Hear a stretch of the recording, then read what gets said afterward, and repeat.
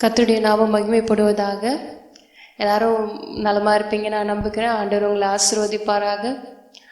இயேசு நாமத்தினால் அவங்க ஒருவருக்கும் என்னுடைய அன்பின் வாழ்த்துக்களை தெரிவித்துக் கொள்கிறேன். இந்த ஆசீர்வதிக்கப்பட்ட சந்ததி பிளஸட் ஜெனரேஷன்ற ஒரு ஆண்டவருடைய ஆராதனையை நீங்கள் எல்லாரும் பார்த்து கொண்டு இருப்பீங்க அப்படின்னு நான் நம்புகிறேன்.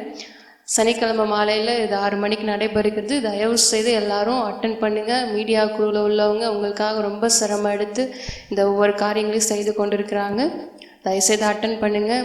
புது புது ஆட்கள் ஊழியக்காரங்க வந்து அதில் நமக்காக ஆண்டவருக்கு ஆராதனை செய்து உங்களுக்கு ஆண்டவருடைய வார்த்தைகளை கொடுக்குறாங்க. இந்த நாள்லையும் கூட ஒரு முக்கியமான ஒரு சகோதரி நம்மளிடத்துல வந்திருக்கிறாங்க. மலேசியா தேசத்தில் கேரிஸ் பேட் சென்டர் சர்ச்சில் உள்ள பாஸ்டர் கேப்ரியல் ஜெபநாதன் ஐயாவோட மகள். ஸோ அவங்களுடைய பெயர் ஷோபனா. அவங்க நமக்கு ஆண்டவருக்காக ஆராதனை செய்து ஆண்டவருடைய வார்த்தையை நம்ம கூட பகிர்ந்து கொள்ள போகிறாங்க. கோயம்புத்தூர் ஊருக்கு நாங்கள் ஒரு ஊழியத்துக்காக போயிருந்த பொழுது அங்கே அவங்கள நாங்கள் சந்தித்தோம். மிகவும் ரொம்ப தாழ்மையான பெண். அவங்க நிறைய படிச்சிருக்கிறாங்க. ஆனாலும் அந்த கொஞ்சம் கூட அந்த பெருமையை அவங்க முகத்தில் நான் பார்த்ததே இல்லை. ரொம்ப தாழ்மையாக பழகுவாங்க. மலேசியா தேசத்தில் அவங்க ஊழியம் செய்கிறாங்க. நல்ல ஆண்டவர் அவங்கள வைத்திருக்கிறாங்க. ஆனாலும் அவங்கக்கிட்ட அந்த ஒரு பெருமையை நான் பார்த்தது இல்லை. மிகவும் தாழ்மையாக பழகக்கூடிய ஒரு பெண். இவ்வளோ ஒரு வாலிப வயதில் அதுவும் மலேசியா தேசத்தில் இருந்து கொண்டு ரொம்ப அப்பா அம்மா கீழ்ப்படிந்த பெண்ணாக அவங்க வாழ்ந்து வருகிறாங்க. ஊழியமும் செய்து வராங்க அவங்க சர்ச்சில். ஸோ ஆண்டவருடைய வார்த்தையை நம்ம அவங்கக்கிட்டேருந்து கேட்போம். நீங்கள் நல்லா ஆண்டவரை ஆராதித்து ஆண்டவருடைய வார்த்தையை பற்றி கொள்ளுங்கள். ஆண்டவர் உங்களை ஆசீர்வதிப்பார். நான் அதுக்காக ஒரு சிறிய ஜெபம் செய்கிறேன். எங்களை அதிகமாக நேசிக்கிற அன்பின் பரலோக பிதாவே, இந்த மீட்டிங்கில் கலந்து கொள்கிற ஒவ்வொரு பிள்ளைகளையும் தயவு செய்து நீர் ஆசீர்வதி. இந்த ஆராதனை அவர்கள் பயன்படுத்தி கொள்ளட்டும் சுவாமி. உம்முடைய வார்த்தையினால பிள்ளைகளை நிரப்புவீராக. அவர் நன்கு ஆராதிக்கட்டும் சுவாமி. நன்கு வேதத்தை வாசிக்கட்டும். நல்ல ஜெபம் செய்கிறவர்களாக மாறட்டும் ஆண்டவர். பிள்ளைகளோட வாழ்க்கையில் உள்ள எல்லா கேள்விக்குறிகளுக்கும் தயவு செய்து பதிலை கொடும். அவர்களை படைத்த நோக்கத்தை அவர்களுக்கு காமிச்சு அவங்கள ஆசீர்வதித்து அவங்கள ஒரு நல்ல ஒரு இடத்துல கொண்டு போய் சேர்க்கட்டும் ஆண்டவர். தயவு செய்து அவர்களை ஆசீர்வதியும், பலப்படுத்து, இரக்கம் செய். இயேசு நாமத்தில் ஜெபிக்கிறோம் எங்கள் நல்ல பிதாவே, ஆமென். உம்மை துதிக்கிறோம் ஆண்டவரே. உம்முடைய நாமத்தினால் கூடி வந்திருக்கிறோம். உம்மை மகிமைப்படுத்த வந்திருக்கிறோம். பரலோகத்தை நேராக எங்களை கரங்களை உயர்த்த வந்திருக்கிறோம். அப்பா, வானத்துக்கு கீழ் பூமிக்கு மேல் உமக்கு ஒப்பானவர் யாரும் இல்லை. நீரே சேனைகளின் கர்த்தர், நீரே மகிமையுள்ள தேவன். 24 மூப்பர் முன்பாக மகா பரிசுத்தவான்கள் முன்பாக போற்றப்படுகிறவர். உம்முடைய நாமத்தை நாங்கள் உயர்த்துகிறோம் ஆண்டவரே. நீரே சேனைகளின் கர்த்தராக இருக்கிறார். சேனைகளின் கர்த்தரே, சேனைகளின் கர்த்தரே, சேனைகளின் கர்த்தரே, சேனைகளின் கர்த்தரே. நீ பரிசுத்தரே, நீ பரிசுத்தரே, பரிசுத்தரே,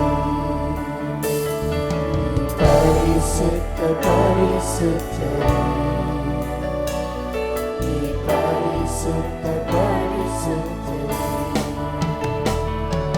சேனைகளின் கர்த்தரே, சேனைகளின் கர்த்தரே, சேனைகளின் கர்த்தரே, சேனைகளின் கர்த்தரே.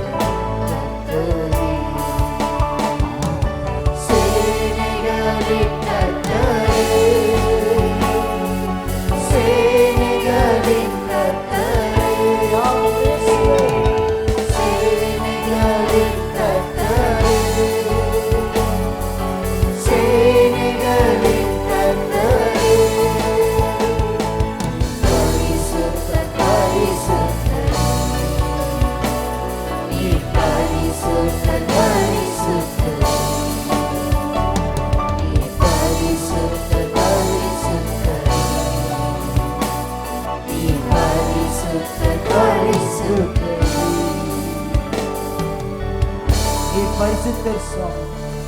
உம்முடைய நாமங்களை உயர்த்துகிறோம் ராஜா. நன்றிகளை செலுத்துகிறோம். உமக்கே மகிமை செலுத்துகிறோம். ஹல்லேலூயா. கர்த்தர் நல்லவர். ஆமென். அவர் என்றென்று மாறாதவர்.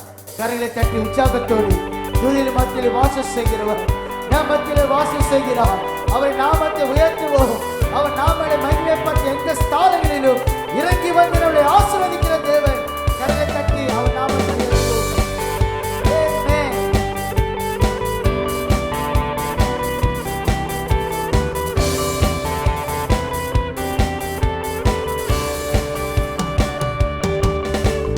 துதிகள் மத்தியில் வாசம் செய்யும் மகிமையின் தேவன், ஆராதனை ராஜன், கூடும் இடத்திலே ஓடோடி வருபவர், அன்பான தேவன், எங்கள் இயேசு ராஜன். துதிகள் மத்தியில் வாசம் செய்யும் மகிமையின் தேவன், ஆராதனை ராஜன், கூடும் இடத்திலே ஓடோடி வருபவர், அன்பான தேவன், எங்கள் இயேசு ராஜன். வருக வருக வருக, உம் ராஜ்யம் வருக, வாழ்க வாழ்க வாழ்க, உம் நாமம் வாழ்க.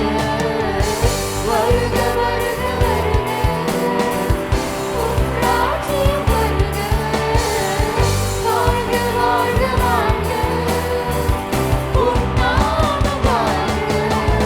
ராஜாதி ராஜாவாம் கர்த்தாவே கர்த்தர், மகிமையுமே வண்ணம் எங்கள் இயேசு.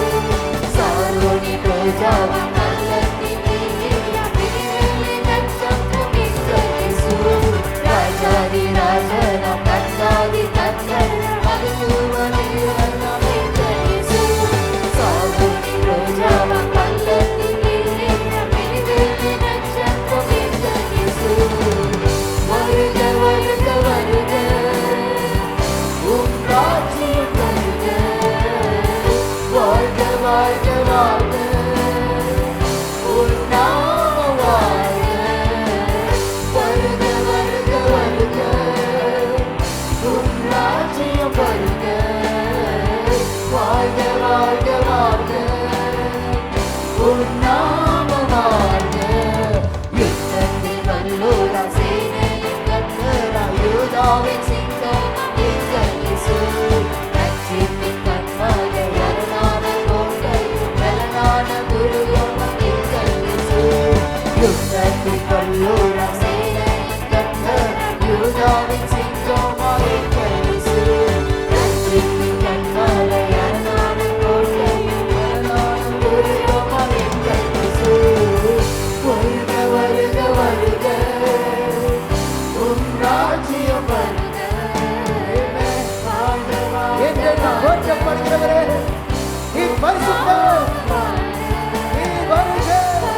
வருக வருக, உம் ராஜ்யம் வருக, வாழ்க வாழ்க வாழ்க, உம் நாமம் வாழ்க. துதிகள் மத்தியில் வாசம் செய்யும் மகிமையின் தேவன், ஆராதனை ராஜன், கூடும் இடத்திலே ஓடோடி வருபவர், அன்பான தேவன், எங்கள் இயேசு ராஜன். துதிகள் மத்தியில் வாசம் செய்யும் மகிமையின் தேவன், ஆராதனை ராஜன், கூடும் இடத்திலே ஓடோடி வருபவர், அன்பான தேவன், எங்கள் இயேசு ராஜன். வருக வருக வருக, உம் ராஜ்யம் வருக, வாழ்க வாழ்க வாழ்க, உம் நாமம் வாழ்க. வருக வருக வருக, உம் ராஜ்யம் வருக, வாழ்க வாழ்க வாழ்க, உம் நாமம் வாழ்க.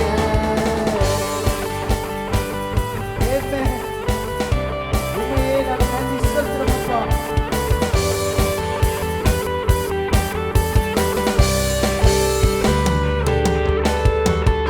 Hallelujah. Amen.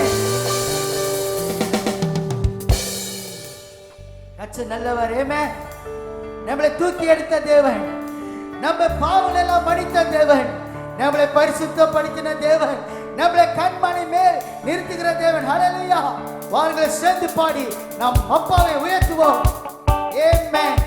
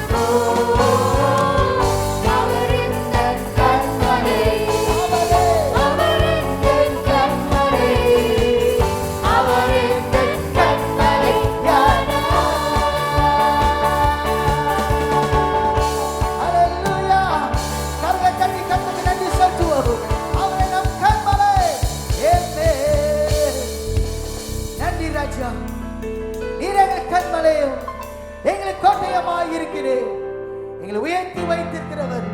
நீ நல்லவரே ராஜா. எத்தனை நன்மைகளை செஞ்சிருக்கீங்க அப்பா, எத்தனை அற்புதங்களை செஞ்சிருக்கீங்க. இதோ உடைய சமூகத்து நேராக எங்களை கரங்களை உயர்த்தி அப்பா என்று கூப்பிட புத்திய சுவாசத்தை புத்திய வார்த்தைகளை கொடுத்திருக்கிறேன். நன்றி செலுத்துகிறோம். உமக்கு நன்றிகளை செலுத்துகிறோம். ஒரு பாடலை பாடாமல் அப்பா செய்த நன்மைகளை நினைத்து அவர் நாமத்தை நாம் உயர்த்துவோம்.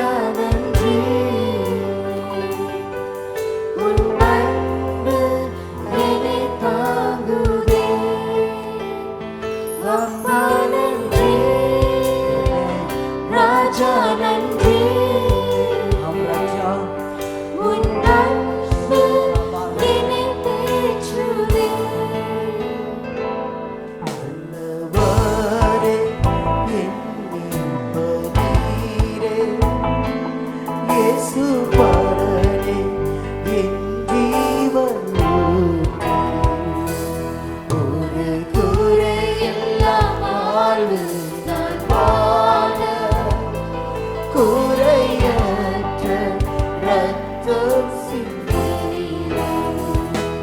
ரட்சித்தீரே கிருபையினாலே. ரட்சகரே என் இயேசுவே. ரட்சித்தீரே கிருபையினாலே. ரட்சகரே என் இயேசுவே. அப்பா நன்றி, ராஜா நன்றி. உம் அன்பு என்னை தாங்குதே. அப்பா நன்றி, ராஜா நன்றி. உம் அன்பு என்னை தேற்றுதே. ஊழியம் கொள்ளாமல் ஊழியம் செய்ய வந்த தேசகுமாரனே.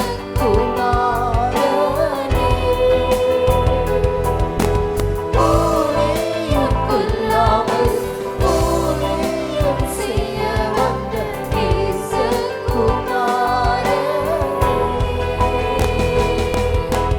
இறந்ததை தேடவும் ரட்சிக்கவும் பூமியில் அவதரித்தீர். இறந்ததை தேடவும் ரட்சிக்கவும் பூமியில் அவதரித்தீர். அப்பா நன்றி, ராஜா நன்றி. உம் அன்பு என்னை தாங்குதே. அப்பா நன்றி, ராஜா நன்றி. உம் அன்பு என்னை தேற்றுதே. உலகத்தின் பாவங்கள் சுமந்து தீர்த்த தேவ ஆட்டுக்குட்டி நீரே. உலகத்தின் பாவங்கள் சுமந்து தீர்த்த தேவ ஆட்டுக்குட்டி நீரே. சிலுவையில் உன் அன்பை வெளிப்படுத்தி பலியாக நின்றவரே.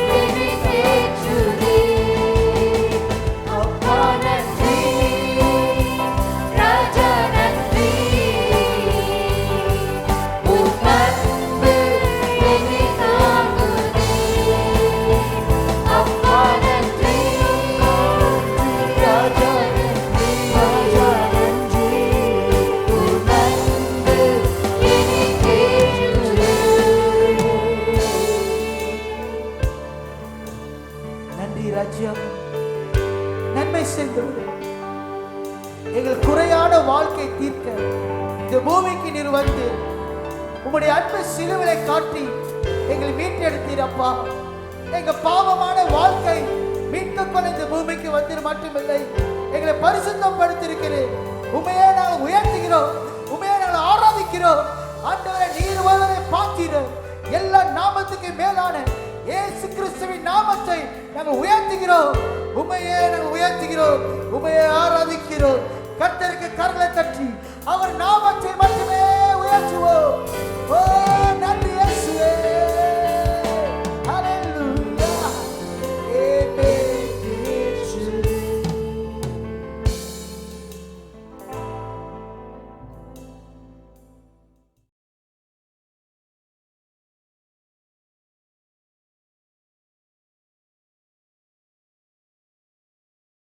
Welcome you in the name of the Lord Jesus Christ. இயேசு கிறிஸ்து நாமத்தினாலே உங்கள் அனைவருக்கும் உங்களை வரவேற்பு கொடுத்து வாழ்த்துகிறேன். It's so amazing to be sharing God's word with you today all the way from Malaysia. மலேசியாவிலிருந்து வந்து உங்களிடத்தில் இன்னைக்கு ராத்திரி பேசும்படியாகவே இந்த காரியம் என்னை சந்தோஷப்படுத்துகிறது.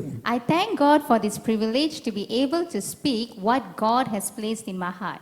தேவன் என் உள்ளத்தில் வைத்திருக்கிற காரியங்களை உங்களோடு பேசும்படியாகவே கர்த்தர் கொடுத்த வாய்ப்புக்காக நான் சந்தோஷப்பட்டு கர்த்தரை ஸ்தோத்திரம் பண்ணுகிறேன். I would like to thank Pastor John Dinaharan for this opportunity to be sharing God's word with you today. கர்த்தருடைய வார்த்தை உங்களோடு பேசும்படியாகவே உங்கள் பாஸ்டர் ஜான் தினகரன் அவர்கள் எனக்கு கொடுத்த இந்த நல்ல வாய்ப்புக்காக முதலாவது அவருக்கு நன்றி நான் தெரிவித்துக் கொள்கிறேன். I know Pastor John for almost 3 good years. Pastor John அவர்கள் எனக்கு ஏறக்குறைய 3 ஆண்டு காலமாக பழக்கம் உண்டு. And as I was speaking to him few weeks back, சில வாரங்கள் முன்பதாக நான் அவரிடத்தில் பேசிக் கொண்டிருக்கும் பொழுது he requested me to speak in one of his youth services. உங்களுடைய வாலிபர் கூட்டத்தில் பேசும்படியாக அவர் என்னிடத்தில் கேட்டுக்கொண்டார். And I said yes. நான் சரின்னு சொன்னேன். It's my first time sharing God's word. இதான் பொதுவே என்னுடைய முதல் முறையாகவே நான் கர்த்தருடைய வசனத்தை நான் பிரசங்கம் செய்கிறேன். And I'm truly honored by his request. நான் அவர் எனக்கு கொடுத்த இந்த அழைப்புக்காக நான் மிகவும் கனப்படுத்தப்படுகிறேன். And I believe today's message will be a blessing to you. என் இறைவில் வருகிறதான இந்த வசனமானது உன் அனைவருக்கும் ஆசீர்வாதமாக இருக்கும் என்று சொல்லி நான் நம்புகிறேன். Not forgetting, I have my dad beside me to translate today's message in Tamil. இன்றைக்கு தமிழாக்கம் செய்வதற்காக என் அருகிலே என் தகப்பன் அமர்ந்திருக்கிறார். Let's pray. நாம் ஜெபிப்போம். Lord, we come to you in the name of Jesus, கர்த்தாவே இயேசு நாமத்தினாலே நாங்கள் உம்மிடத்தில் வருகிறோம். the name that is above all names. எல்லா நாமங்களுக்கு மேலா நாமம் இயேசுவின் நாமம். Lord, we invite you to work in this place. எங்க மத்தியிலே அசைவாடும்படியாகவே நாங்கள் உங்களை அழைக்கிறோம். Let your work speak uniquely, உம்முடைய வார்த்தைகளிடத்தை திட்டவட்டமாக சிறப்பாக பேசுவதாக, powerfully and specifically, வல்லமையாகவும் தனிப்பட்ட முறையில் நம்முடைய வார்த்தை எங்களோடு பேசும்படியாக நான் ஜெபிக்கிறேன். and bring a transformative word into their lives. எங்கள் வாழ்க்கையில எங்களை மாற்றும்படியானவை, எங்களை மறுரூபப்படுத்தும்படியான வார்த்தை எங்களிடத்தில் புறப்பட்டு வருவதாக. Lord, we pray that every distraction we have come here with, எந்த தடைகளோடு வந்திருந்தாலும் it will subside right now in your presence. உம்முடைய பிரசன்னத்தில் எல்லா தடைகள் இப்போது மங்கி போவதாக. And that every heart will focus with what you want to give. நீ பேச போகிற வார்த்தை குறித்து ஒவ்வொரு இருதயமும் அதிக கவனம் செலுத்தும்படியாகவே நான் ஜெபிக்கிறேன். Father, replace my words with your words. பிதாவே, பேசுவது என் வார்த்தை அல்ல, உம்முடைய வார்த்தைகளை பேசும். As your word is sharper than any two-edged sword. உம்முடைய வார்த்தையானது இருபுறமும் கருக்குள்ள பட்டயத்தை விட கூர்மையா இருக்கிறதான வார்த்தை. Father, we thank you for what you have done. பிதாவே, நீ செய்த காரியங்களுக்காக நான் நன்றி சொல்கிறேன். And for what you are going to do in our lives. எங்க வாழ்க்கையில் செய்ய போகிற காரியங்களுக்காகவே நான் நன்றி சொல்கிறேன். May your name be exalted and glorified. உம்முடைய நாமம் உயர்த்தப்பட்டு மகிமை அடைவதாக. In Jesus' mighty name, and everybody say amen. இயேசுவின் வல்லமை நாமத்தில் ஜெபிக்கிறோம். எல்லோரும் ஆமென் என்று சொல்லுவோமாக. Have you ever felt like an outsider? வாழ்க்கையில ஏதோ நீங்க தள்ளப்பட்டு வரும் போலவே உங்களுக்கு எண்ணம் ஏற்பட்டது உண்டா? Like you didn't belong to your family, உங்கள் குடும்பத்துக்கு நீங்கள் சொந்தம் அல்ல என்ற ஒரு எண்ணம், the society or the kingdom of God, அல்லது சமுதாயத்தில் தேவனுடைய ராஜ்யத்தில் உங்களுக்கு எந்த விதமான பங்கு இல்லை என்று சொல்லி ஒதுக்கப்பட்டு உள்ளீர்களா? or maybe you have been looked down upon by others. ஒருவேளை மற்றவர்கள் உங்களை தாழ்வாக பார்த்து வந்திருக்கலாம். Or maybe you have done something to bring shame upon yourself. ஒருவேளை இது ஒரு காரியத்தை செய்து உன் வாழ்க்கையை அவமானத்தை கொண்டு வந்திருக்கலாம். And maybe you have some kind of guilt feeling before God. அல்லது தேவனுக்கு முன்பதாகவே ஏதோ ஒரு குற்ற மனப்பான்மை உன்னை வாட்டிக் கொண்டிருக்கிறது. Well, if this is the case, இதுவாயானால் you have come to the right place. நீ சரியான இடத்துக்கு வந்திருக்கிறதாகவே உன்னிடத்தில் தைரியமாக சொல்லுகிறேன். My dear brothers and sisters, என் சகோதர சகோதரிகளே, you are not here by accident today. நீங்கள் இந்த ராத்திரி இந்த இடத்துல யதார்த்தமாக வரவில்லை. Know that God has a plan and purpose in your life. கர்த்தர் உன் வாழ்க்கையிலே ஒரு நோக்கத்தையும் திட்டத்தை வைத்திருக்கிறார். Jeremiah 29:11 says, எரேமியா 29:11 சொல்கிறது, For I know the plans I have for you, நான் உனக்காக சில திட்டங்களை வைத்திருக்கிறேன். plans to prosper you and not to harm you, உன்னை அழிப்பதற்கே அல்ல, உன்னை வாழ வைப்பதற்கான திட்டங்களை வைத்திருக்கிறேன். plans to give you hope and a future. நான் வைத்திருக்கிற திட்டங்கள் உனக்கு நம்பிக்கையும் எதிர்காலத்தையும் கொடுக்கும். If you have your Bible, உங்களுக்கு பைபிள் இருக்குமானால் turn with me to John chapter 4, beginning from verse 3. யோவான் 4:3 எடுத்துக்கொள்ளுங்கள். John chapter 4 speaks about a divine encounter with Jesus. யோவான் 4:3 தேவனோடு ஒரு சந்திப்பை குறித்து வாசிக்கிறோம். And this is the story of the Samaritan woman at the well. இந்த பகுதியிலே அந்த கிணற்று பக்கமாக வந்த அந்த சமாரிய பெண்ணை குறித்து தான் வாசிக்கிறோம். Now, who is this Samaritan woman? யார் இந்த சமாரிய பெண்? This woman does not have a name. அவளுக்கு பேர் இல்லை, பேர் சொல்லப்படவில்லை. She is just being called the Samaritan woman. சமாரிய பெண் என்று தான் அவள் அழைக்கப்பட்டாள். If you listen more carefully to her story, இந்த கதையை சற்று கவனமாக நீங்கள் கேட்பீரானால் you might actually see that her story is related to your story too. அவருடைய வாழ்க்கை ஏதோ உங்களுடைய வாழ்க்கையோடு சம்பந்தப்படுவதாகவே உங்களுக்குள்ள ஒரு உணர்வு ஏற்பட ஆரம்பித்துவிடும். She grew up in a society that discriminated her. அவள் வளர்ந்த சமுதாயத்திலே அவள் சமுதாயத்தினால புறக்கணிக்கப்பட்டதான ஒரு சூழ்நிலையில வளர்ந்தவள். Because of her gender and ethnicity. ஆண் பெண் என்ற ஜாதி வேற்றுமையில இந்த கலாச்சாரத்தில் வளர்ந்தவள். Samaritans were considered as half-breed dogs. சமாரியர்கள் ஏதோ நாய் ஜாதி என்று கருதப்பட்டவர்கள். And that's exactly how the Jews treated them. அவ்வாறு தான் யூதர்கள் சமாரியர்களை இப்படியாக தான் கருதினார்கள். Not only that, அது மாத்திரமல்ல, she also knows that she's a woman. அது மாத்திரமல்ல, அவள் தான் பெண் என்று அவளுக்கு தெரியும். She knows now that her gender is under question. தான் ஒரு பெண்ணாக இருக்கிறதுனாலே பெண் ஜாதி என்ற காரியம் ஒரு கேள்விக்குரியதாகவே சமுதாயத்தில் காணப்பட்டது. She would hear people praying, Lord, thank you that I was not born a Gentile or a woman. ஆண்டவரே, நான் புறஜாதியாக பிறக்காததுக்கும் ஒரு பெண்ணாக பிறக்காததுக்காகவே நன்றி சொல்லி அநேக ஜெபிக்கிறது இங்க கேள்விப்பட்டிருப்பீர்கள். Imagine hearing this day in and day out. இப்படியாக ஜனங்கள் நாள்தோறும் இப்படித்தான் ஜெபித்துக் கொண்டிருப்பார்கள். It is not going to bring any good to your soul. இந்த மாதிரியான காரியங்கள் உங்களுடைய ஆத்மாவிலே எந்த நன்மையும் கொண்டு வரலாகாது. To be born as a Samaritan woman was double whelming. சமாரிய பெண்ணாக பிறப்பதே அந்த ஜாதி பரிச்சினாலவே ஒரு பெரிய ஒரு குழப்பமுள்ள காரியமாகும். Because not only her gender and ethnicity was affected in the Jewish perspective, அதாவது ஆண் பெண் என்ற ஜாதி வேற்றுமையிலே தன்னுடைய சமுதாயத்திலே யூதர்களாலே புறக்கணிக்கப்பட்டவள். but she was carrying both these limitations. அவள் வாழ்க்கையில் அவளுக்கு ரெண்டு விதமான அவமானங்கள் சுமக்கக்கூடிய சூழ்நிலையில் வாழ்ந்து கொண்டிருந்தாள். That made her feel disqualified. அதனால வாழ்க்கையில் தள்ளப்பட்டவளாக நிராகரிக்கப்பட்டவளாகவே கருதப்பட்டவளாகவே வாழ்ந்து கொண்டிருந்தாள். Made her feel rejected and incompetent. வாழ்க்கையில் தள்ளப்பட்டவளாகவே ஒன்றுக்கு பிரயோஜனம் இல்லாதவளாகவே அவள் கருதப்பட்ட எண்ணத்துக்குள்ள வாழ்ந்து கொண்டிருந்தாள். Now in John chapter 4 verse 3 and 4, யோவான் 4:3-4 வாசிக்கிறோம். you can see that Jesus left Judea and going back to Galilee. இயேசு யூதியா நாட்டை விட்டு கலிலேயாவுக்கு போய் கொண்டிருக்கிறதான சம்பவத்தை வாசிக்கிறோம். And Jesus had to go through Samaria.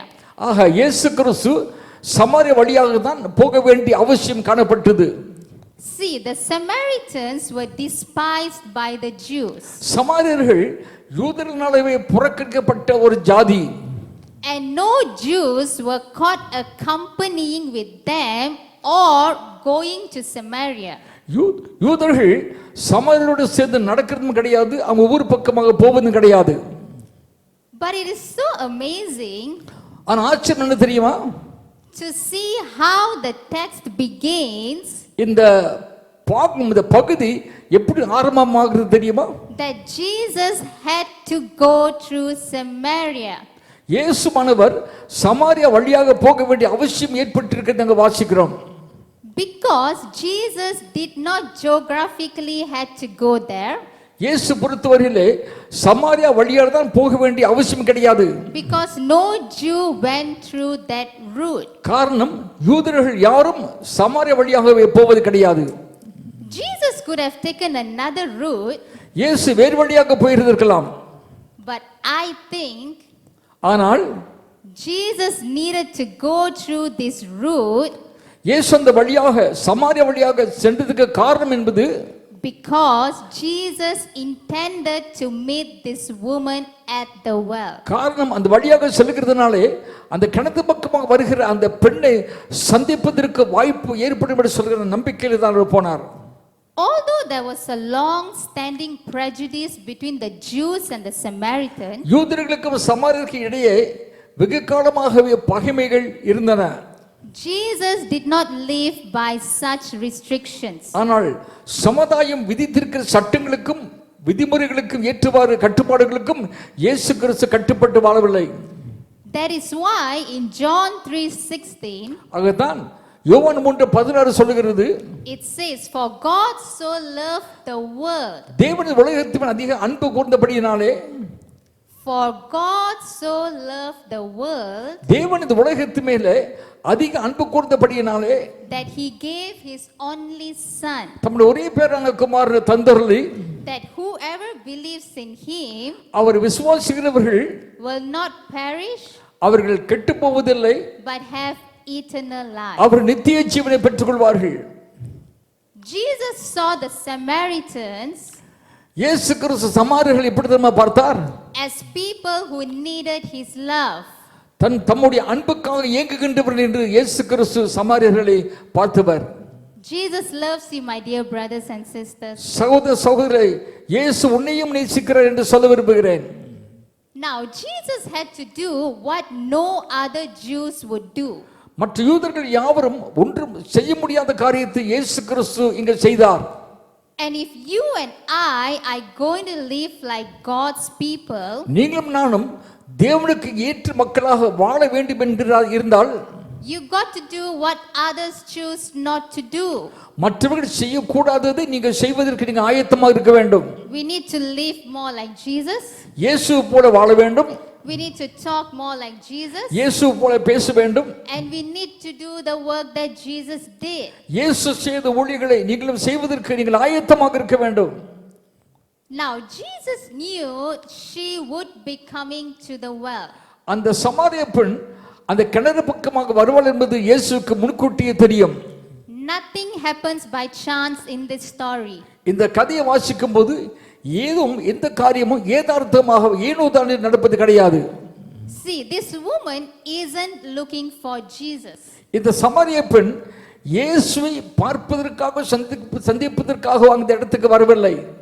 All she wanted was to come to the well and draw water. அந்த கிணறு பக்கமாய் வந்து தண்ணீரை மொள்ளத்தக்கதாக தான் வந்தால் ஒழிய வேற எந்த காரியத்தை பண்ணி வரவில்லை. But Jesus is looking for her. ஆனா இயேசுவோ அவளை சந்திக்கும்படியாக திட்டமிட்டிருந்தார். Though she does not know it, அது அவளுக்கு தெரியாது. this woman is going to have a divine appointment with God. ஆனால் இந்த கதையை பொறுத்தவரையிலே தேவனை சந்திக்கும்படியாகவே ஒரு தெய்வீக சந்திப்பை பெறுவதற்கு ஒரு பாக்கியசாலியாக மாறினாள். Jesus is looking for you, my dear friends. சகோதரர்களே, நண்பர்களே, இயேசு இன்றைக்கு உங்களையும் தேடிக்கொண்டிருக்கிறார்.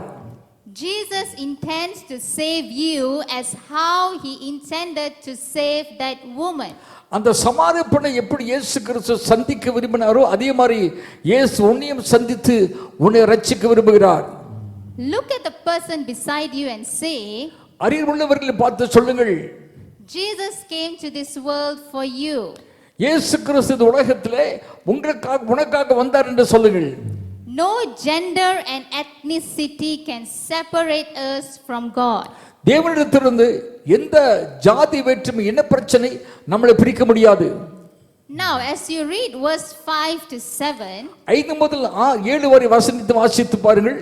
now Jesus came to a town in Samaria called Sychar. சீகார் என்ற ஊருக்கு இயேசு கிறிஸ்து வந்தது இங்க வாசிக்கிறோம்.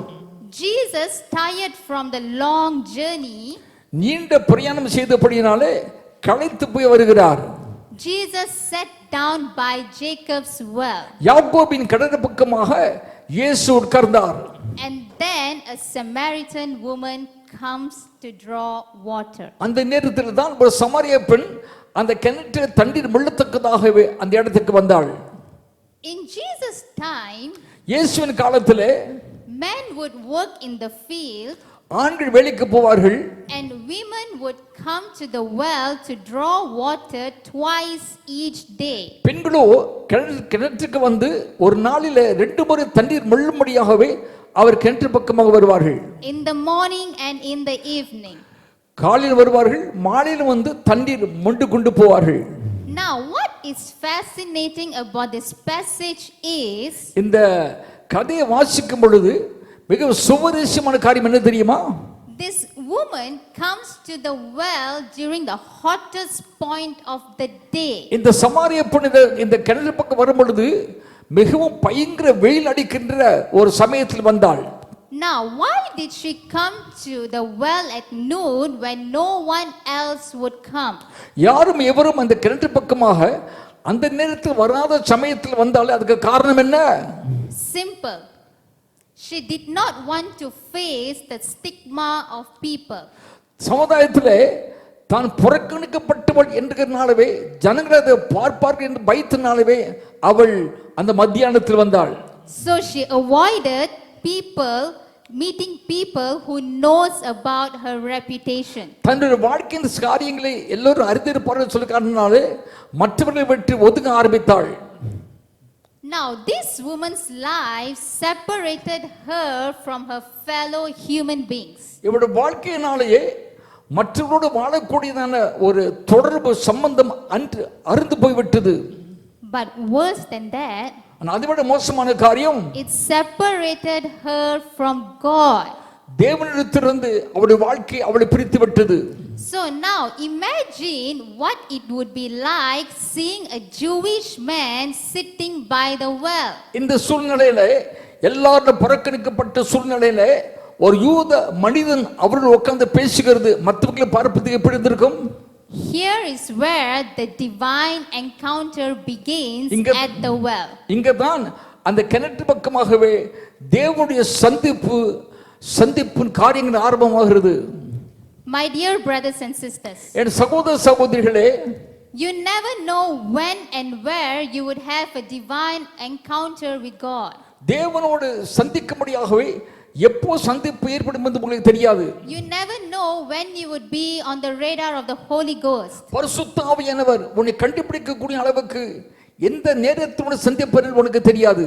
You are expecting Jesus to meet you on a Sunday morning, beautifully dressed up with your makeup on. நீ ஞாயிற்றுக்கிழமை ஆராதனைக்கு வரும் பொழுது நன்றாக உடுத்தி வரும் பொழுது அந்த சமயத்தில் தான் இயேசு கிறிஸ்துவை சந்திப்பார் என்று எண்ணிக்கொண்டிருக்கிறாய். But believe it or not, ஆனா நீ நம்புவாயானால் Jesus can come and meet you even when you are not ready.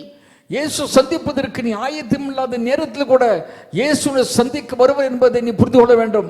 Jesus shows up in your life when you least expect it. நீ எது எதிர்பார்க்காம இருக்கிறாயோ அந்த நேரத்தில் தான் கர்த்தர் உன்னை சந்திக்க வருவார். Be ready, my friends. என் நண்பர்களே, ஆயத்தமாயிருங்கள். Always be vigilant எப்போதுமே கண்விழிப்பாயிருங்கள். and aware of God's presence in your life. உன் வாழ்க்கையில் தேவ பிரசன்னம் வெளிப்படுவதற்காகவே எப்போதுமே கண்விழிப்பாயிருங்கள். Now when Jesus came to see her by the well, இயேசுவை பார்ப்பதற்காக அந்த கிணற்று பக்கமா வந்தபோது she would have said, why are you here to meet an unclean woman like me? ஒரு அசுத்தமான பெண்ணாக என்னை போல ஒரு பெண்ணை நீங்கள் வந்ததுக்கு பார்க்க வந்தீர்களே, இதுக்கு என்ன காரணம் என்று அவர் கேட்டிருக்கலாம். Why are you here to meet a woman like me who is living in the deepest sin? பாவ வாழ்க்கையில் வாழ்ந்து கொண்டிருக்கின்ற என்னை போல ஒரு பெண்ணை நீங்க பார்க்க வந்திருப்பதற்கு காரணம் என்ன என்று அவள் கேட்டிருக்கலாம். You may look down upon yourselves சகோதரா, ஒருவேளை உன்னை நீ தாழ்வாக நினைக்கலாம். for whatever shame you have caused upon your life. ஒருவேளை வாழ்க்கையில உன் மேலே நீ சில அவமானங்களை கொண்டு வந்திருக்கலாம். But Jesus wants to come and be with you. ஆனால் இயேசு உன்னோடு இடைப்பட்டு உன்னோடு இருக்க அவர் வர விரும்புகிறார். Yes, Jesus wants to come and be with you wherever you are right now. இந்த நேரத்தில் நீ எந்த இடத்தில் இருந்தாலும் இயேசு கிறிஸ்து உன்னோடு இடைபடும்படியாக அவர் விரும்புகிறார். My dear friends, என் அருமையான நண்பர்களே, Jesus was not afraid of the Samaritan woman. இயேசு கிறிஸ்து அந்த சமாரிய பெண்ணை குறித்து அவர் சற்று கூட அவர் பயப்படவில்லை. And her problem was not too big that God could not handle it. தேவன் அவளை சந்திக்க முடியாத அளவுக்கு அவளை பெரிய பிரச்சனை என்று சொல்ல முடியாது. Jesus is saying to you, இயேசு இன்னைக்கு உன்னை பார்த்து சொல்லுகிறார், I don't care who you are, நீ யாராயிருப்பினும், I don't care what you have been through நீ வாழ்க்கையில் எதை நீ கடந்து வந்திருந்தாலும், or what you are going through, இப்போது நீ எந்த காரியத்துக்குள்ளே கடந்து போய் கொண்டிருந்தாலும், any anxiety or depression feeling, எந்த மன தளர்ச்சியோ சோர்வுக்குள்ளே கடந்து போயிருந்தாலும், Jesus doesn't care anything about you. இயேசு கிறிஸ்து அந்த காரியங்கள் குறித்து அவர் அக்கறை கொள்ளவில்லை. Jesus came to this youth service for you. இந்த வாலிப ஆராதனையிலே இயேசு கிறிஸ்து உனக்காக தான் வந்துள்ளார். You are exactly who Jesus wants to speak and be with. இயேசு உன்னை சந்திக்கும்படியான நீ தான் சரியான ஆள் என்று உன்னை பார்த்து சொல்லுகிறேன். Now when you go forward reading verse 7 to 8, 7 முதல் 8 வசனத்தை வாசித்து பாருங்கள். Jesus sent his disciples away to get food. போஜனம் வாங்குவதற்காக இயேசு கிறிஸ்து சீடர்களை வெளியே அனுப்பி விட்டார். Now Jesus sent all his disciples இயேசு கிறிஸ்து தம்முடைய எல்லா சீடர்களையும் அவர் போஜனம் வாங்குவதற்கு அனுப்பி விட்டார். so that he can have a face to face encounter with this woman at the well. அதனால் இந்த சமாரிய பெண்ணோடு அந்த கிணற்று பக்கமாக தனியாக பேசும்படியாகவே அவர் விரும்பினார். Now when Jesus saw this woman coming, இயேசு கிறிஸ்து அந்த பெண் வருகிறதை பார்க்கும் பொழுது Jesus asked her, இயேசு அவளை பார்த்து ஒரு காரியத்தை கேட்டார். would you please give me a drink of water? நான் தண்ணி குடிப்பதற்கு தாகத்துக்கு தாய் என்று அவர் கேட்டார். Jesus asked her, இயேசு அவளை பார்த்து கேட்டார், would you please give me a drink of water? நான் குடிப்பதற்கு கொஞ்சம் தண்ணீர் தாய் என்று அவர் கேட்டார். See how beautifully Jesus starts a conversation with this woman at the well. அந்த கிணற்று பக்கமாக அந்த பெண்ணோடு கர்த்தர் சம்பாஷிக்கும்படியாக எப்படி பாருங்க ஆரம்பிக்கிறார். She was astonished because அவள் ஆச்சரியப்பட்டு போனாள். number 1, முதலாவது a Jew was not supposed to be in her neighborhood. முதலாவது யூதர்கள் அவங்க இருக்கின்ற இடத்துக்கு பக்கமா வரக்கூடாது. And number 2, இரண்டாவதாக a man would not be talking to a woman in a public place. பொதுவான இடத்துல ஒரு ஆண் ஒரு பெண்ணோடு தனியாக பேசுவதும் கிடையாது. And number 3, மூன்றாவது she was known to be living with the deepest sin. எல்லோரும் அறிந்தவனமாகவே அவள் ஒரு பாவ வாழ்க்கை வாழ்ந்தவள் என்பது எல்லாருக்கும் தெரியும். No respectable Jew would talk to a woman under such ஆகவே circumstances. அந்த விதமான ஒரு சூழ்நிலையில எந்த ஒரு கணத்துக்குரிய யூதன் அவளை சந்திப்பதற்கு ஆயத்தமாக வருவது கிடையாது. But Jesus did. ஆனா இயேசு அப்படி செய்தார். Jesus did. இயேசு செய்தார். The gospel is for everyone, சுவிசேஷம் தேவனுடைய சுவிசேஷம் எல்லாருக்குரியது. regardless of what race, எந்த இனத்தை சேர்ந்திருந்தாலும், social positions, எந்த ஒரு சமூக சூழ்நிலை இருந்தாலும், or past sins you have. எந்த பழைய பாவத்தோடு வாழ்ந்து கொண்டிருந்தாலும்.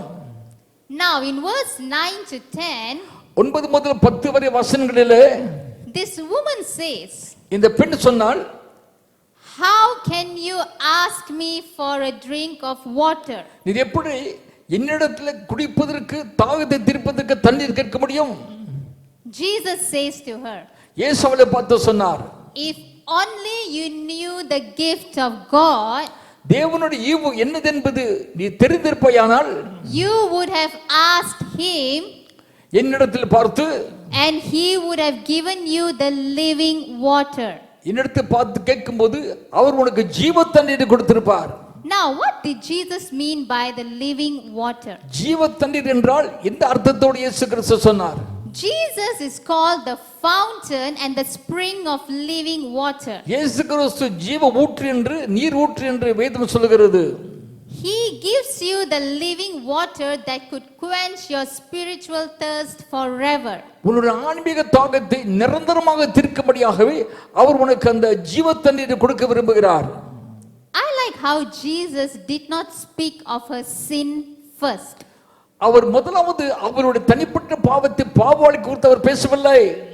But Jesus asked her, ஆனா இயேசு அவளை பார்த்து கேட்டார், would you please give me a drink of water? குடிப்பதற்கு ஒரு பாத்திரத்துல எனக்கு தண்ணீர் கொடுப்பாயே என்று சொல்லி அவர் ஆசையோடு விசாரித்தார். My dear friends, என் அருமையான நண்பர்களே, this is who Jesus is. இவர்தான் நம்முடைய இயேசு கிறிஸ்து. Jesus did not die on the cross to condemn our sins, உன்னை குற்றப்படுத்துவதற்காகவே இயேசு கிறிஸ்து நமக்காக சிலுவையிலே மரிக்கவில்லை. but he died for us on the cross to redeem us. நம்மை மீட்டெடுப்பதற்காக தான் சிலுவையிலே அவர் நமக்காக தன் ஜீவனை கொடுத்தார். Even though you feel the society is despising you, ஒருவேளை மற்றவர்கள் உன்னை புறக்கணிப்பது போல உனக்கு காணப்பட்டாலும் Jesus doesn't look at that. இயேசு கிறிஸ்து அதை பார்ப்பது கிடையாது. Jesus is asking you today, would you give me a cup of water? இயேசு கிறிஸ்து உன்னை பார்த்து கேட்கும்போது நீ அவருக்கு ஒரு பாத்திரத்திலே தண்ணீர் கொடுப்பாய் என்று உன்னை பார்த்து கேட்கிறார். Jesus looks at you in a special way. இயேசு உன்னை ஒரு விசேஷமான வகையில உன்னை உற்று பார்த்து கொண்டிருக்கிறார். Now, when you see in verse 11 to 12, 11-12 வசனத்தை வாசித்து பாருங்கள். you can see that she was wondering where Jesus would draw this water. அந்த தாகத்தை தீர்க்கக்கூடிய தண்ணீரை எங்கிருந்து மொண்டு எடுப்பார் என்று அவளுக்கு ஒரு கேள்வி, ஒரு சிந்தனை ஏற்பட்டு கொண்டிருக்கிறது. Because Jesus does not have a bucket with him. காரணம், தண்ணீர் மொள்ளுவதற்கு இயேசுவுடைய கரத்திலே இந்த பாத்திரங்கள் கிடையாது. She asked Jesus, how are you going to give me this living water? அவர் பார்த்து கேட்கின்றார், ஜீவ தண்ணீர் கொடுப்பதாக சொல்கிறீரே, அந்த ஜீவ தண்ணீர் எப்படி எனக்கு கொடுப்பீர்? And she even questioned Jesus, அவள் இயேசுவை பார்த்து வினாவினாள், are you greater than our father Jacob who dug this well? இந்த கிணத்தை தோண்டிய எங்களுடைய தகப்பனாக யாக்கோபை விட நீ பெரியவரா? By what means can I get this living water? எந்த வகையில் தண்ணீர் என்ன பெற்றுக்கொள்ள முடியும்? Now let's read verse 13 to 15. 13 முதல் 15 வரை வசனங்களை வாசிப்போம். We will read in Tamil. நான் வாசிக்கிறேன். இயேசு அவளுக்கு பிரதி உத்தரமாக, இந்த தண்ணீரை குடிக்கிறவருக்கு மறுபடியும் தாகம் உண்டாகும். நான் கொடுக்கும் தண்ணீரை குடிக்கிறவனுக்கு ஒரு காலம் தாகம் உண்டாகாது. நான் அவனுக்கு கொடுக்கும் தண்ணீர் அவனுக்குள்ளே நித்திய ஜீவ காலமாய் ஊறுகிற நீரூற்றா இருக்கும். அந்த ஸ்திரீ அவரை நோக்கி, ஆண்டவரே, எனக்கு தாகம் உண்டாகமானால் நான் இங்கே முண்டு கொள்ள வராமல் இருக்கும்படிக்கு அந்த தண்ணீரை எனக்கு தர வேண்டும் என்று கேட்டாள். You see, from verse 13 to 15, 13 முதல் 15 வரை வசனங்களிலே you can see that this woman mistakenly believes that if she receives this living water, இந்த ஜீவ தண்ணீரை பெற்றுக்கொண்டால் அவ தவறாக புரிந்து கொண்ட காரியம் என்ன தெரியுமா? she need not come back to the well each day to draw water. அதாவது இயேசு கொடுக்கிற தண்ணீரை அவள் குடித்தாள், பிறகு தாகம் உண்டாகாதபடிக்கு டெய்லி நாள்தோறும் அந்த கிணறு பக்கம் வர அவசியமில்லை என்று தவறாக புரிந்து கொண்டாள். She thought her life would have been made easier now. இதனால அவள் வாழ்க்கையிலே ரொம்ப சுலபமாக மாறிவிடும் என்று நினைத்தாள். But if this was the case, ஆனா இப்படியானால் many people would have accepted Jesus Christ for the wrong reasons. அநேக தவறான காரணத்துக்காக இயேசு கிறிஸ்துவை ஏற்றுக்கொண்டிருக்க முடியும். Jesus did not come to take away your challenges. உடைய சவால்களை எடுத்துக்கொள்வதற்காக இயேசு கிறிஸ்து இந்த உலகத்துக்கு வரவில்லை. But Jesus came to change us on the inside. உள்புறத்து உள்ளான வாழ்க்கைக்குள் நம்மை மாற்றுவதற்காக தான் இயேசு கிறிஸ்து உலகத்துக்கு வந்தார். And empower us to deal every problem in God's perspective. வாழ்க்கையிலே தேவன் பார்க்கிற விதமாக உங்கள் ஒவ்வொரு பிரச்சனைகளை நீங்கள் சமாளித்து மேற்கொள்ளும்படியாகவே தேவன் விரும்புகிறார். The same way, my dear friends, அருமையானவர்களே, if you are suffering from any anxiety or depression, இந்த வாழ்க்கையிலே மன அழுத்தம் மனசோர்வினாலே பாதிக்கப்பட்டிருப்பாயானால், seeing the therapist or psychologist isn't going to give you the healing you need. மனதத்துவ நிபுணர்கள் மருத்துவர்களை பார்ப்பதனாலே உன் பிரச்சனை தீரப்போவது கிடையாது. You got to know to every problem Jesus is the only solution. உன் வாழ்க்கையில் வருகின்ற ஒவ்வொரு பிரச்சனைக்கும் இயேசு கிறிஸ்து தான் உனக்கு தீர்ப்பு கொடுக்க வேண்டும் என்பதை நீ உணர்ந்து கொள்ள வேண்டும். He is the only one who can heal you, அவர் ஒருவர் தான் உன்னை சுகமாக்க முடியும், restore you, உன்னை மறுபடியுமாக ஸ்திரப்படுத்த முடியும், and bring you into full redemption. முழுமையான மீட்புக்குள் அவர்தான் உன்னை கொண்டு வர முடியும். Now, from verse 16 to 19, 16 முதல் 19 வரை வசனங்களிலே Jesus says to her, இயேசுவை பார்த்து சொன்னார், "Go and call your husband and come back here." இப்போது புறப்பட்டு போய் உன் புருஷனை கொண்டு வா என்று சொன்னார். She says, "Jesus, I do not have a husband." அவர் சொன்னாள், இயேசுவே எனக்கு இப்போது எந்த புருஷன் கிடையாது. Jesus said, "Yes, இயேசு சொன்னார், நீ சொல்லுகிறது உண்மை. you have had 5 husbands, உனக்கு ஏற்கனவே 5 புருஷர்கள் உண்டு. and the man that you are living with now is not your husband." இப்போ இருக்கிறவ கூட உன்னுடைய சொந்த புருஷன் அல்ல. The story of the Samaritan woman at the well இந்த கிணறு பக்கம் வந்த இந்த சமாரிய பெண் கதையை பொறுத்தவரையிலே first begins with Jesus asking her for a cup of water. எப்படித்தான் அந்த கதை ஆரம்பிக்கிறது? இயேசு முதலாவதாக அவளிடத்திலே தண்ணீர் கேட்டார் குடிப்பதற்கு. And Jesus offering her the living water. இயேசு அவளுக்கு ஜீவ தண்ணீர் கொடுப்பதாகவே சொல்லி இந்த சம்பவம் ஆரம்பிக்கப்படுகிறது. But now ஆனா இப்பொழுது Jesus is telling her, "Go and bring your husband and come back here." இப்போ இயேசு சொல்றார், நீ உன் ஊருக்கு போய் உன் புருஷனை கொண்டு வா. Why did Jesus do this? ஏன் இயேசு அப்படி செய்தார்? Let me take you to Matthew chapter 13, மத்திய 13ஆம் அதிகாரம் verse 20 to 21. 20-21 வசனங்களை வாசிக்க கேட்போம். Jesus was referring to a soil இயேசு இந்த நேரத்தில் இந்த நிலத்தை பற்றி பேசுகிறார். that was too hard to allow the seeds to grow. விதைக்கப்படுகிற விதைகள் அந்த மண்ணுக்குள் விதைக்க கூடாதபடிக்கு அந்த மண் ஒரு கடினமான மண், கடினமான நிலம். Now this is called the hardened soil. இதுக்கு பேர் தான் கடினமாகின நிலம். But in this story, இந்த சம்பவத்திலே the heart of this woman is hardened to the spiritual truth. உண்மையான சத்தியங்களை குறித்து புரிந்து கொள்ள முடியாத இவருடைய இருதயமானது கடினமாகிவிட்டது. I like how Jesus came in a compassionate way இயேசு பாருங்க அவரிடத்துல எவ்வளவு மனதுருக்கமாக வந்து பேசுகிறார் பாருங்கள். to break the hard soil of this woman's heart. அவள் இதயத்தில் உள்ள அந்த கடினமான நெஞ்சை உடைத்து மாற்றுவதற்காக And says, "Go and bring your husband and come back here." போய் உன் புருஷனை கொண்டு வா என்று சொல்லுகிறார். Although Jesus knew that the man she is living with now is not her husband. அதாவது எப்போது இருக்கிறவன் அவனுடைய புருஷனாக இல்லாவிட்டாலும் உன் புருஷனை கொண்டு வா என்று சொல்லுகிறார். Because Jesus knew as long as she's going to live this way, she will not be able to receive a drop of living water. இந்த பாவமுள்ள வாழ்க்கையில தொடர்ந்து அவள் ஜீவப்பையானால் அவளது ஜீவ தண்ணீரை பெற்றுக்கொள்ள முடியாது என்று இயேசுக்கு நன்றாக தெரியும். As how this woman had a divine encounter with Jesus at the well, அந்த கிணற்று பக்கமாக இந்த சமாரிய பெண்ணுக்கு எப்படி தேவனை சந்திக்கும்படியாகவே ஒரு சந்திக்கும் கிருபை ஏற்பட்டதோ, now Jesus wanted to have a divine exchange or a divine swap with her. இயேசு கிறிஸ்து அவளிடத்திலே தன்னிடத்தில் இருக்கிறதை கொடுத்து அவளை ஆசீர்வதிக்க விரும்பினார். Jesus wanted her to give all her past sins, இயேசு கிறிஸ்து என்ன சொல்ல வருகிறார்? அவளிடத்தில் உள்ள எல்லா சகல பாவங்களையும் தன்னிடத்து கொடுக்கும்படியாக விரும்பினார். so Jesus could exchange it with the fountain of living water that never runs dry. அப்படி தன் பாவங்களை தண்ணீர் கொடுக்கும்போது அவர் ஜீவ தண்ணீர் கொடுத்து அந்த தாகத்தை தீர்க்கும்படியாக விரும்பினார். The same way for each and every one of us. அதே போல நம்முடைய வாழ்க்கையில் ஒவ்வொருவருக்கும் God wants us to surrender our inner struggles to Him.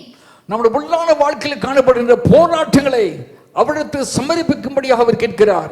For some of us may be greed, ஒரு சிலருக்கு ஒருவேளை பேராசை இருக்கலாம், alcohol, மதுபானம், drug addiction, அல்லது ட்ரக் அடிக்ஷன், gambling, அல்லது சூதாட்டம், gossiping, அல்லது புறங்கூறுதல், bearing grudges, அல்லது மற்றவரை மன்னிக்க முடியாத ஒரு கடினமான இருதயம், not forgiving one another, மற்றவர்களை மன்னிக்க முடியாதது, or sexual immorality. அல்லது வேசித்தனமான காரியங்கள்.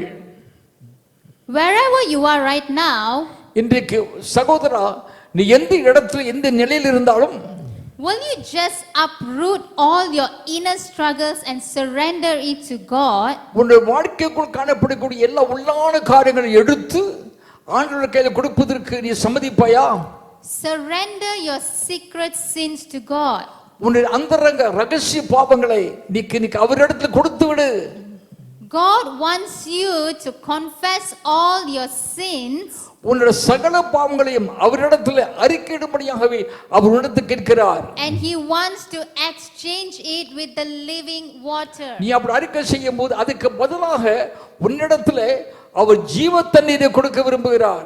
Your confession today இன்றைக்கு மாலையில நீ எதை அறிக்கையிடுகிறாயோ is going to build a solid foundation.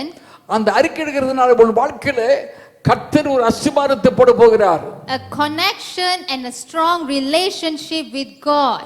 தேவனோடு நல்ல ஒரு நெருங்கிய ஒரு தொடர்பை ஒரு இணைப்பை கர்த்தர் உங்களுக்கு ஏற்படுத்த போகிறார். If you are going to keep filling your life from what is on the outside in, வாழ்க்கையில் வெளிப்புறத்தில் காணப்பட்ட காரியங்களை நான் வைத்துக்கொண்டு உன் வாழ்க்கை நிரப்ப நீ விரும்புவாயானால் your life is not going to get any better. உன் வாழ்க்கை எந்த திசை நோக்க சரியாக போகாது. Your doctor, உன்னுடைய மருத்துவர், your therapist, உன்னுடைய தெரபிஸ்ட், your friends, உன்னுடைய நண்பர்கள், your family members, உன்னுடைய குடும்பஸ்தர்கள், your church members ஒரு சபை மக்கள் ain't going to solve your problem. உன் பிரச்சனைகளை உனக்கு திருத்து கொடுக்க முடியாது. The solution to your inner struggles ஒரு உள்ளான வாழ்க்கை காணப்படுகிறதான போராட்டங்களுக்கு தீர்ப்பு begins with the confession நீ அவைகளை அறிக்கை செய். and allowing God to fill your life from what is on the inside out. உள்ளான வாழ்க்கையிலிருந்து உன்னை நிரப்பும்படியாகவே தேவன் விரும்புகிறார். Now when God offers her the living water in exchange for the drink, அதாவது அவள் கேட்கிற தண்ணீரை காட்டிலும் இயேசு கிறிஸ்து அதுக்கு பதிலாக ஜீவ தண்ணீர் கொடுக்கதாக சொன்னார். we can see now that God is not about taking anything from you. இதை பார்க்கும் பொழுது நம்மிடத்திலிருந்து ஆண்டவர் எதையும் எதிர்பார்க்கவில்லை. God is all about the exchange. தேவனை பொறுத்தவரையிலே நமக்கு தான் கொடுக்க விரும்புகிறார். He said, woman, give me your drink ஸ்திரியே எனக்கு உன் தண்ணீரை கொடு என்று கேட்டார். and I will give you the entire living water that your life will never run dry. உன் வாழ்க்கை வற்றி போகாதபடிக்கும் நான் வித்தியாசமான தண்ணீராகிய ஜீவ தண்ணீரை கொடுக்கிறேன். If you give God what is limited, உன்னிடத்தில் ஒரு அளவோடு இருக்கின்ற காரியத்தை இயேசு கிறிஸ்து கொடுப்பையானால் He will give you what is infinite. உனக்கு அளவில்லாத ஆசீர்வாதத்தை கொடுப்பார். Now this is called the infinite exchange. இதுக்கு பேரு தான் அளவில்லாத ஆசீர்வாதத்தை உனக்கு அவர் கொடுக்கிறதாக சொல்லுகிறேன். God takes what is finite from you உன்னிடத்துல ஒரு அளவோடு இருக்கிற காரியத்தை எடுத்து and returns with what is infinite. அளவில்லாத ஆசீர்வாதத்தை கொடுத்து உன்னை ஆசீர்வதிக்கிறார் ஆண்டவர். My dear friends, என் அன்பு சகோதரர்களே, why not trying giving Jesus whatever you have today? இன்றைக்கு மாலையிலே உன்னிடத்தில் என்ன இருக்கிறதோ அது இயேசுவிடத்தில் கொடுத்து விடு. It can be your addiction, ஒருவேளை உன்னுடைய சில பழக்க வழக்கங்கள், your sinful life, your weaknesses, or your brokenness, உன்னுடைய பாவ வாழ்க்கை அல்லது உன்னுடைய உடைந்து போன வாழ்க்கை, just give Jesus everything. உன்னிடத்தில் உள்ள வேலை எல்லாவற்றிலுமே இயேசுவிடத்தை கொடுத்து விடு. And you will see how God amazingly satisfies you with His love and grace. அப்போது இயேசு கிறிஸ்து அவைக்கு பதிலாக அவருடைய அன்பை கொடுத்து உன்னை திருப்திப்படுத்துவார். Now, this infinite exchange இந்த அளவில்லாத ஆசீர்வாதம் reminded me of the story where Jesus fed the 5,000. இயேசு கிறிஸ்து 5000 பேரை போஷித்த அந்த கதை எனக்கு ஞாபகம் வருகிறது. He took 5 loaves and 2 fish. 5 அப்பங்கள் 2 மீன்களை கொண்டு He took the limited resources the child gave, கொஞ்சம் அந்த சின்ன பையன் கொடுக்கக்கூடிய அந்த கொஞ்சத்தை எடுத்து, and when he surrendered to God, அது தேவனிடத்தில் அது கொடுத்த போது God took the limited and did an unlimited miracle in His presence. தேவன் கொஞ்சத்தை எடுத்து அதிகமத்தை செய்து அன்னைக்கு ஆச்சரியப்படும்படியான ஒரு அற்புதத்தை செய்தார்.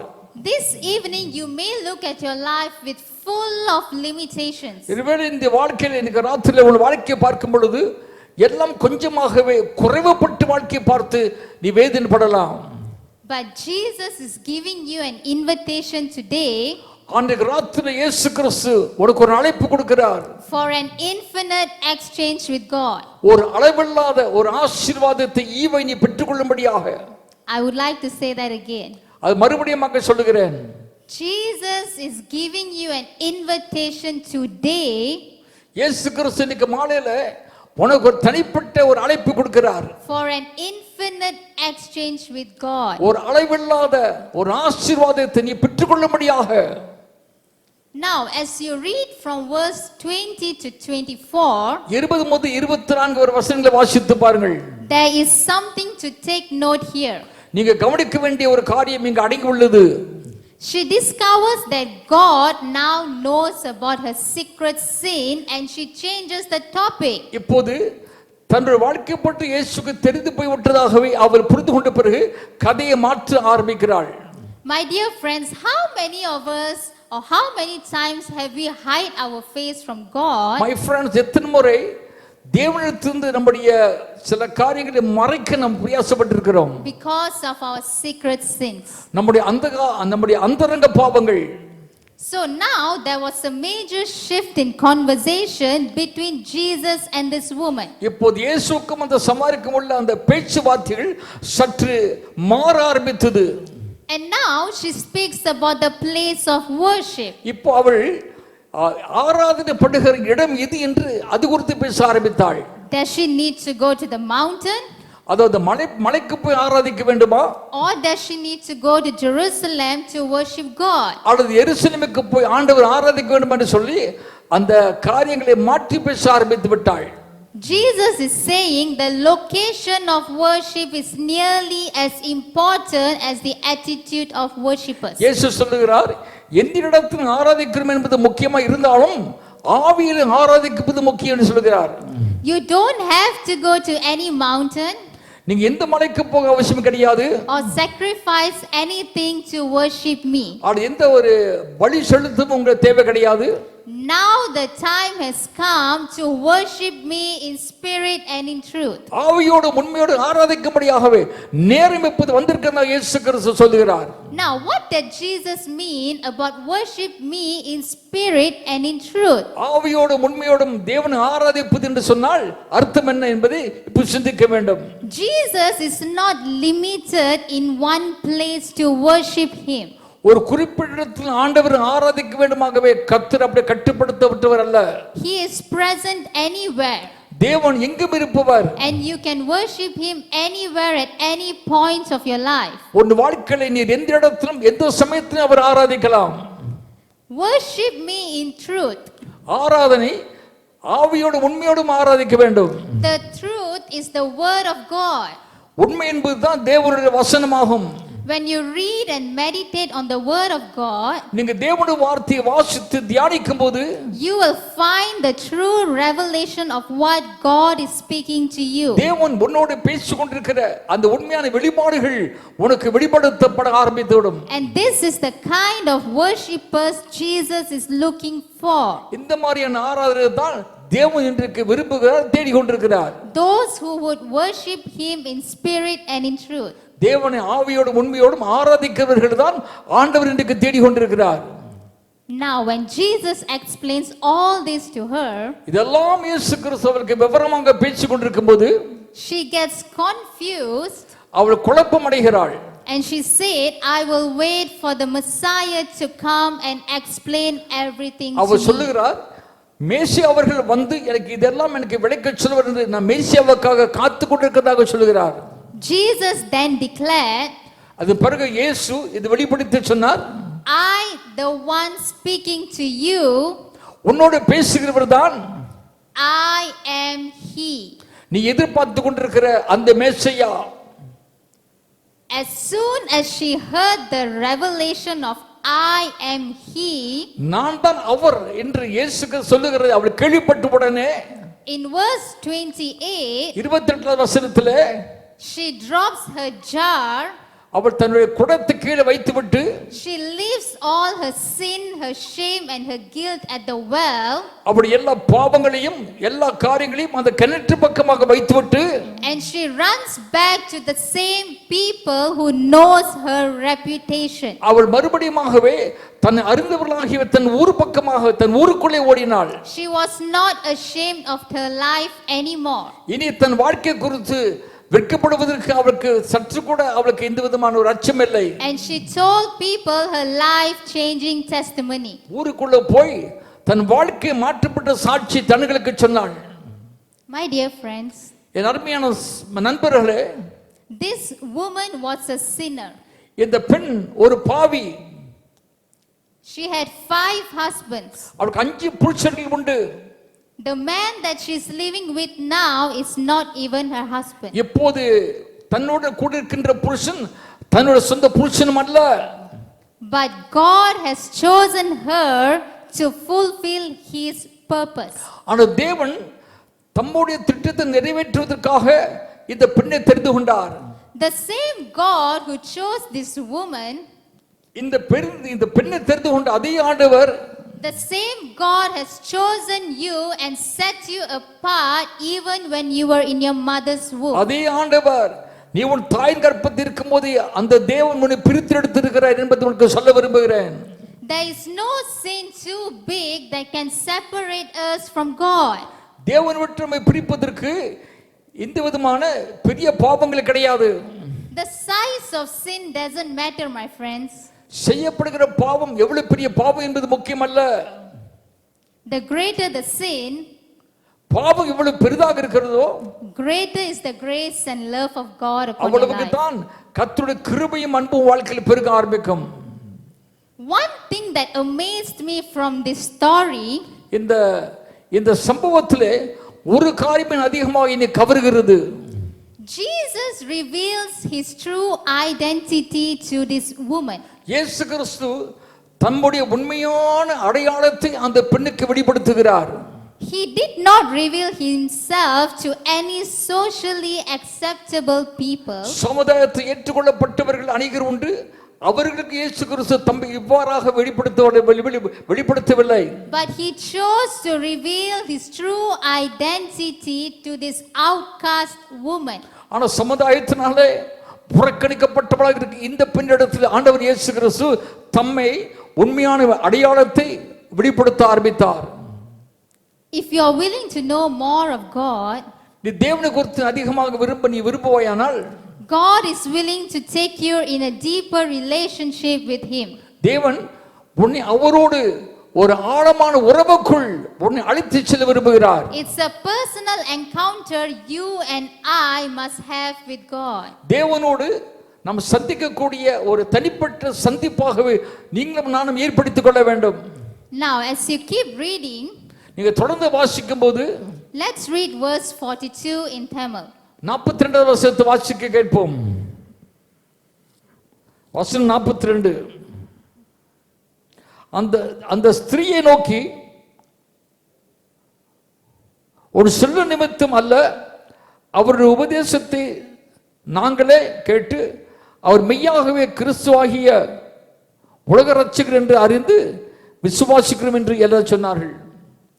My dear friends, என் அருமையான சகோதர சகோதரிகளே, if only God ignored this Samaritan woman at the well, அந்த கிணற்று பக்கமாக வந்த அந்த பெண்ணை ஆண்டவர் இயேசு கிறிஸ்து அன்றைக்கு சந்திக்காமல் போயிருப்பாரானால், the whole of Samaria wouldn't have believed in Jesus. Samariya முழுவதும் இயேசு கிறிஸ்து விசுவாசிக்கும்படியாகவே ஒரு சந்தர்ப்பம் ஏற்பட்டிருக்காது. See how beautifully the love of God பாருங்கள், தேவனுடைய அன்பு எவ்வளவு அழகாக பொழியப்படுகிறது. transform this woman's life from the bottommost pit of disgrace, கீழே கிடந்த பயங்கரமான அவமானத்திலிருந்து அவளை தூக்கி எடுத்து அவள் வாழ்க்கையை மாற்றுகிறது தேவனுடைய அன்பு. number 1, முதலாவது, Jesus gave her the living water. இயேசு கிறிஸ்துவுக்கு ஜீவ தண்ணீரை கொடுத்தார். number 2, இரண்டாவதாக, Jesus brought her into the spirit of worship. ஆராதனைக்குள் கர்த்தர் அவளை கொண்டு வந்தார். number 3, மூன்றாவது, Jesus revealed his true identity to her. இயேசு தம்முடைய உண்மையான அடையாளத்தை அந்த பெண்ணுக்கு வெளிப்படுத்தினார். And finally, கடைசியாக she becomes the first female evangelist. அவள்தான் அந்த கிராமத்துக்குரிய முதல் பெண் ஊழியராகவே மாறினாள். How amazing our God is. நம்முடைய ஆண்டவர் எவ்வளவு அதிசயமானவர் பார்த்தீங்களா? I'm going to close. நான் முடிக்க போகிறேன். When studying the story of this Samaritan woman, இந்த சமாரிய பெண்ணினுடைய சரித்திரத்தை நான் வாசிக்கும் போது I would like to highlight about an Old Testament law in Numbers chapter 5. என்னாகும் 5ஆம் அதிகாரத்தில் உள்ள பழைய ஏற்பாட்டு காணப்பட்ட ஒரு பழக்கம், ஒரு நியாயப்பிரமாணத்தை சொல்லுகிறேன். It says that if a woman is even accused of committing adultery, அங்க சொல்லப்படுகிறது, ஒரு பெண் ஒரு வேசித்தனமாகிய விபச்சாரத்தை பண்ணுவாயானால் she will be taken before the high priest அவளாக ஆலயத்தில் பிரதான ஆசாரியர் இடத்தில் கொண்டு போகப்படுவாள். and forced to drink the cursed bitter water. அவரிடத்தில் போய் அவர் கொடுக்கிற கசப்பான தண்ணீரை அவள் குடிக்க வேண்டும். Now, who is this woman at the well? இந்த கிணற்று பக்கம் வந்து இந்த பெண் யார்? She is an adulterer. அவள் ஒரு விபச்சாரி. She was living in the deepest sin anyone could imagine of. யாருமே புரிந்து கொள்ள முடியாது, நினைக்க கூடாத மோசமான பாவ வாழ்க்கைக்குள் வாழ்ந்து கொண்டிருந்தாள். Are you starting to see something here? நீ ஏதாவது பார்க்கும்படியாக உங்க கண்ணுக்கு தோன்றுகிறதா? Jesus is our high priest. இயேசு கிறிஸ்து தாங்க நம்முடைய பிரதான ஆசாரியர். And by right, he should have forced her to drink the cursed bitter water. சொல்ல போனால் அவளுடைய பாவத்துக்கு ஏற்ப அவளை கசப்பான தண்ணீர் குடிக்கும்படி இயேசு அப்படி செய்திருக்க வேண்டும். Instead, ஆனால் Jesus looked at her இயேசு அவளை பார்த்தபோது and said, "Give me your drink, give me your cup." கசப்பான தண்ணீர் குடிக்க வேண்டிய அவளிடத்து அப்படி சொல்லாத விட அவளுடைய தண்ணீரை கேட்டார். This evening, இந்த மாலையில the same Jesus is saying, "Give me your cup." அது இயேசு கிறிஸ்துவனை பார்த்து உன் கையில் இருக்கக்கூடிய பாத்திரத்தை தண்ணீர் கொடுக்கும்படியாக கேட்கிறார். Give me your sin, your shame and your guilt. உன் பாவம், உன் குற்ற மனப்பான்மை, உன் வாழ்க்கையை என்னிடத்தில் கொடு என்று கேட்கிறார். Give everything to me.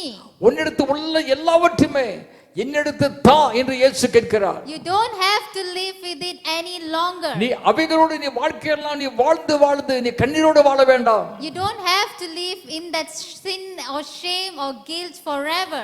உன் வாழ்க்கையில் உள்ள பாவம், குற்ற மனப்பான்மை காலமெல்லாம் நீ வாழ வேண்டும் என்பது கிடையாது. Every one of us do carry some kind of struggles.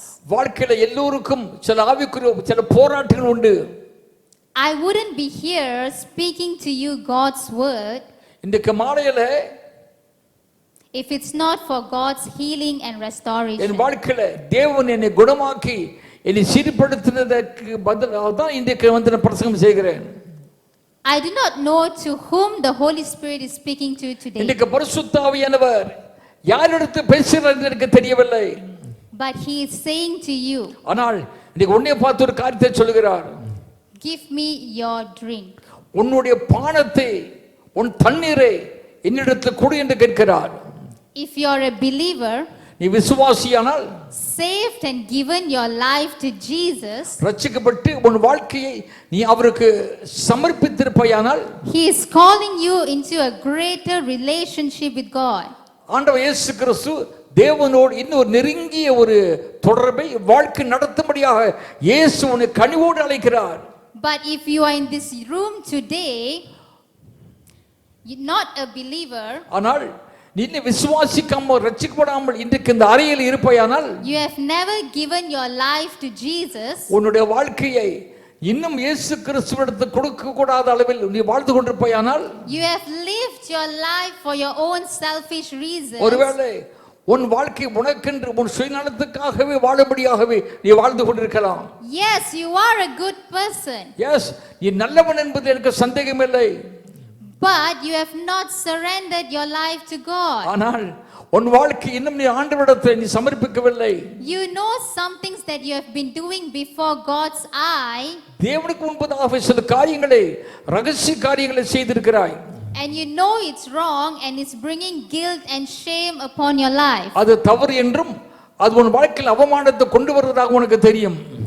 Even as you are in this youth service, இன்னைக்கு இந்த வாலிபர் ஆராதனையில் இருக்கிற நீ, that guilt and shame is still tormenting you. அந்த குற்ற மனப்பான்மை, அந்த அவமானம், அந்த வெட்கம் உன்னை அதிகமாக வேதனைப்படுத்திக் கொண்டிருக்கிறது. The memories of what you did, ஒருவேளை நீ செய்த சில காரியங்கள், அந்த ஞாபகங்கள் உன்னை வேதனைப்படுத்திக் கொண்டிருக்கலாம். or maybe what you did this whole week. அல்லது கடந்த வாரம் முழுவதும் நீ செய்த சில தவறுகள். Jesus is saying, இயேசுவை பார்த்து சொல்லுகிறார், surrender your whole life to me. உன் வாழ்க்கை முழுவதையும் என்னிடத்தில் நீ சமர்ப்பித்து விடு.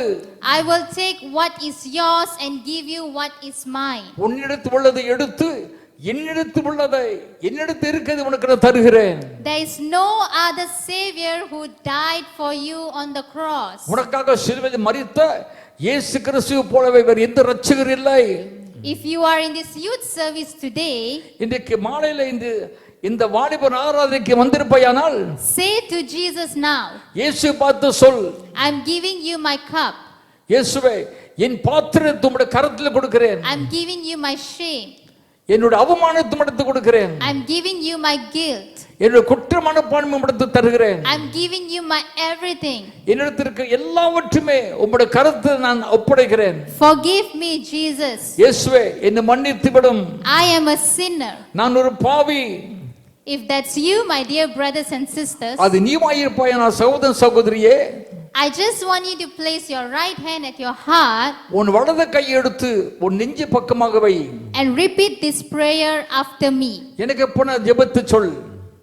Dear Lord Jesus, என் அன்புள்ள கர்த்தாவே இயேசு கிறிஸ்துவே, I come to you today and I acknowledge I'm lost without you. இன்னைக்கு ராத்திரி ஆண்டவரே, நான் காணாமல் போன ஒரு பாவி என்பதை சொல்லி ஒத்துக்கொண்டு நான் உம்முடைய பிரசன்னத்துக்குள் வருகிறேன். Lord, today, Father, I make the decision to turn away from my sin. பிதாவே, என் வாழ்க்கையுள்ள பாவங்களை விட்டு திரும்பி மனம் திரும்பி நான் உம்மிடத்தில் வர விரும்புகிறேன். And invite you to take the rightful place. நீர் என் வாழ்க்கையில உம்முடைய உரிமையான இடத்தை எடுத்துக்கொள்ள வேண்டும். Forgive me of my past. என் கடந்த வாழ்க்கையின் காரியங்களை மன்னித்து விடும். Wash me clean and make me brand new. என்னை சுத்தமாக கழுவி என்னை புதிதாக என்னை மாற்றும். Thank you for sending Jesus to die for me on the cross. பிதாவே, இயேசு கிறிஸ்து எனக்காக சிலுவையிலே மரிப்பதற்காக நீ இயேசு அனுப்பினதற்காக நன்றி சொல்லுகிறேன். To pay my debt so I could be free. என் கடன் அடைத்து நான் விடுதலை பெறுவதற்காக I'm surrendering my cup, என்னுடைய பாத்திரத்தை உம் கரத்திலே நான் சரணடைகிறேன். my shame and my sin back to you, என்னுடைய பாவம், என்னுடைய அவமானம் அனைத்துமே நான் உம்மிடத்தில் தந்து விடுகிறேன். that you may exchange it with the fountain of living water. அதுக்கு பதிலாகவே அந்த ஜீவ ஊற்றிலிருந்து வருகின்ற அந்த ஜீவ தண்ணீர் எனக்கு நீ கொடுப்பீராக. And make me righteous. என்னை நீதிமானாக மாற்றும். Lord, come into my life and live in me now. கர்த்தாவே, இன்றைக்கு என் உள்ளத்தில் வந்து என் வாழ்க்கையில் வந்து நீ ஜீவிக்க வேண்டும். Jesus, I ask you to be my Lord. இயேசுவே, நீர் என் வாழ்க்கையிலே கர்த்தராக வர வேண்டும். be my savior என் இரட்சகராக இருக்க வேண்டும், and be my best friend. என்னுடைய சிறந்த நண்பராக இருக்க வேண்டும். From this day forward, இந்த நாள் முதற்கொண்டு I am yours and you are mine. நான் உமக்கு சொந்தமானவன் என்றும் நீர் எனக்கு சொந்தமானவர் என்று ஆக வேண்டும். Thank you, Jesus, for saving me. என்னை ரட்சித்ததுக்காக இயேசு கிறிஸ்துவை நன்றி சொல்லுகிறேன். In your mighty name.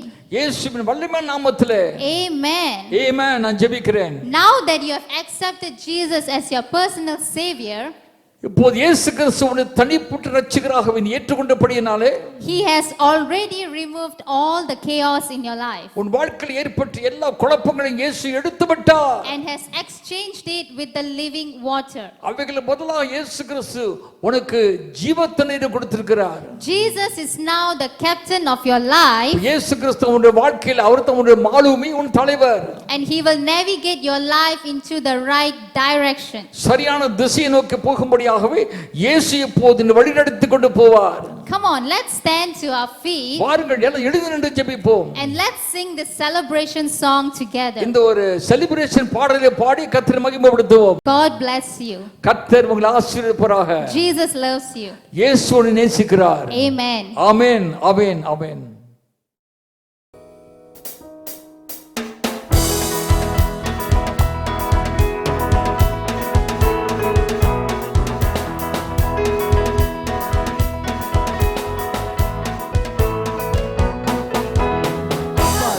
எப்போதும்